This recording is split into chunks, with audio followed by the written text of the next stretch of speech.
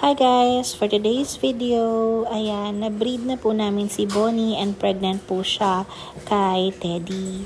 So, dinala na po namin siya sa vet for check-up and doon namin nalaman kung ilan yung puppies niya and kung kailan yung expected na manganganak siya. So, ayan.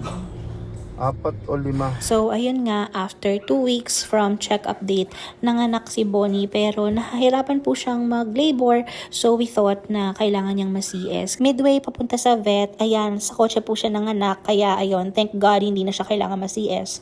So, umuwi po kami ng bahay at doon na po niya napanganak yung 4 puppies. Unfortunately, the last puppy, a female, kamukha pa naman sana ni Bonnie, is born with the condition called Merowanencephaly. So, I'll share on the next video kung ano yung condition na to for awareness, but thankful pa rin kami na nanganak ng maayos si Bonnie with 4 puppies. Thank you!